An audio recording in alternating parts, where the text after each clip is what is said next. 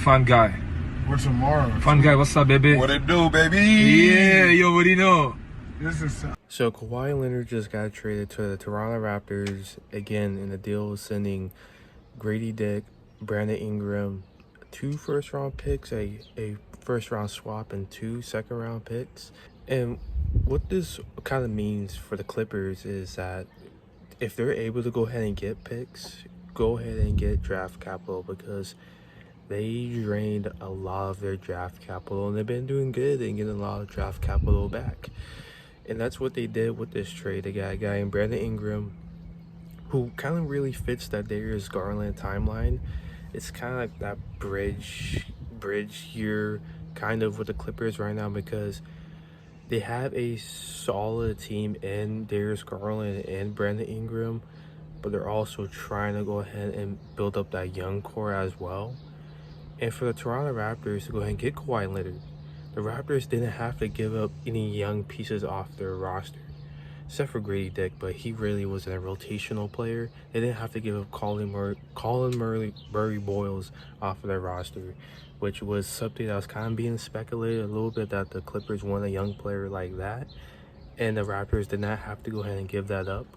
And what this really means for Toronto is they get a proven player, and they get a player, their best player in franchise history, the player that won the championship with them, the player that got the Finals MVP with them. Kyle Lowry is also up there. He's more of a Toronto guy, but Kawhi Leonard coming back to Toronto kind of just more solidifies that more for him to finish out his career. And for the Toronto Raptors, kind of solidifies him as the best Raptor of all time. And you bring him back. You get a guy who's proven in the playoffs. You get a guy who will go ahead and take you to the next level. Yes, he's 35, 36 years old. And this has been one of his better seasons with the Clippers in a long time. He really stepped it up with the LA Clippers this season compared to a lot of his previous seasons. Obviously, injuries and low management and all those problems have been a really huge thing with him with the LA Clippers, but him being able to go ahead and step it up and finally be able to go ahead and build up some of that value, it's great for the Clippers to go ahead and sell high on that value. And the Raptors are a team that is willing to go ahead and extend them and give that contract extension towards Kawhi Leonard, and that's a pretty good thing for Kawhi to be able to go get that contract extension and get away from all the drama with the LA Clippers, because there's aspirations and all those contract problems going on with the Clippers, and he goes to a team that he could go ahead and comfortably retire with. Are the Toronto Raptors a championship contender? Who really knows?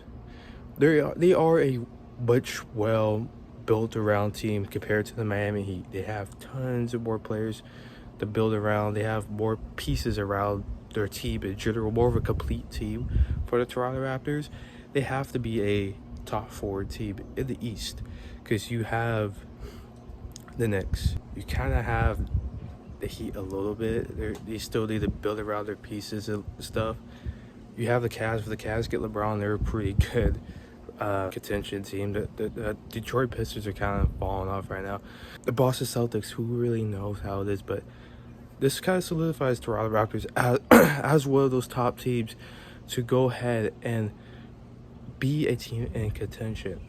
And the LA Clippers just get younger assets. They get picks, and if Brandon Ingram doesn't end up panning out in the LA Clippers, they could go ahead and flip them for somewhere else to go ahead and get more young assets. To just continue to go ahead and do a rebuild, but not do a hard reset on a rebuild, because that's kind of what the Clippers are not doing. They're not doing a hard reset for the rebuild.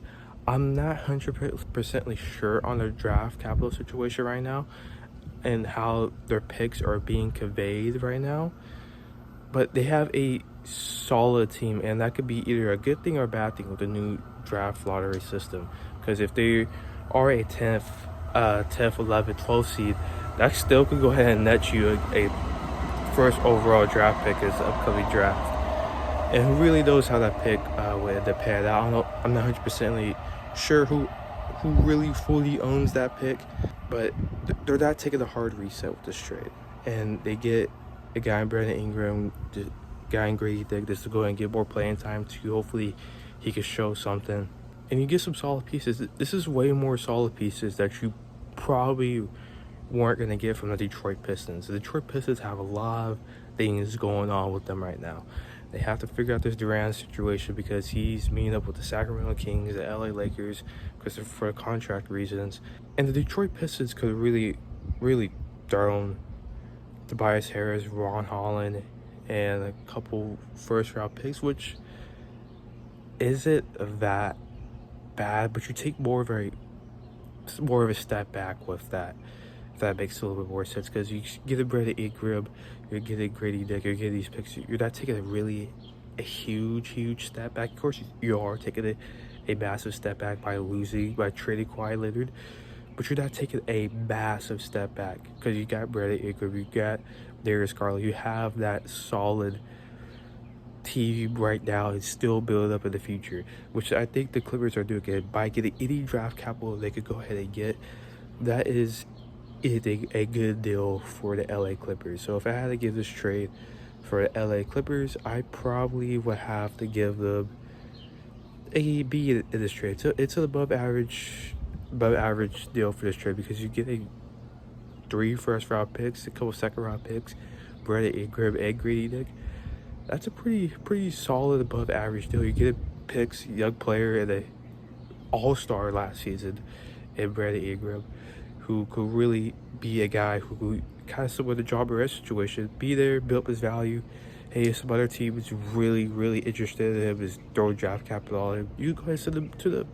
And for the Toronto Raptors, at this point, this has to be, if I had to get a random grade out here, it's not a C, it's not a D.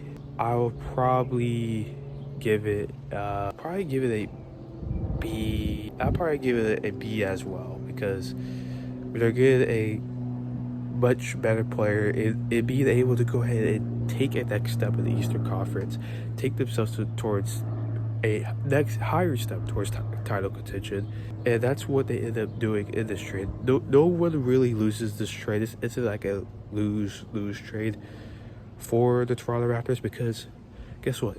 Hey, if Kawhi Leonard doesn't work out, you still have Scotty Barnes, you still have Colin Murray-Morales, you still have RJ Barrett. They can go ahead and move RJ Barrett, go ahead and do something else with that trade, something else with him.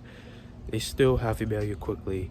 They still have Jakob Perlo. They still can make tons of moves around the bushes, but overall, hey, if Kawhi Leonard doesn't work out, those picks that we gave the Clippers, we're still going to be a solid team. We didn't have to give up anyone massive to get Kawhi Leonard.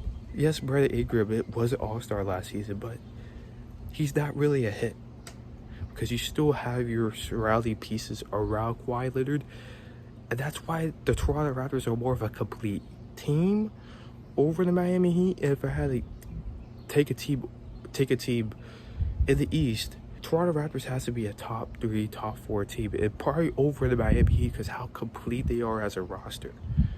So let me know what you think. Peace.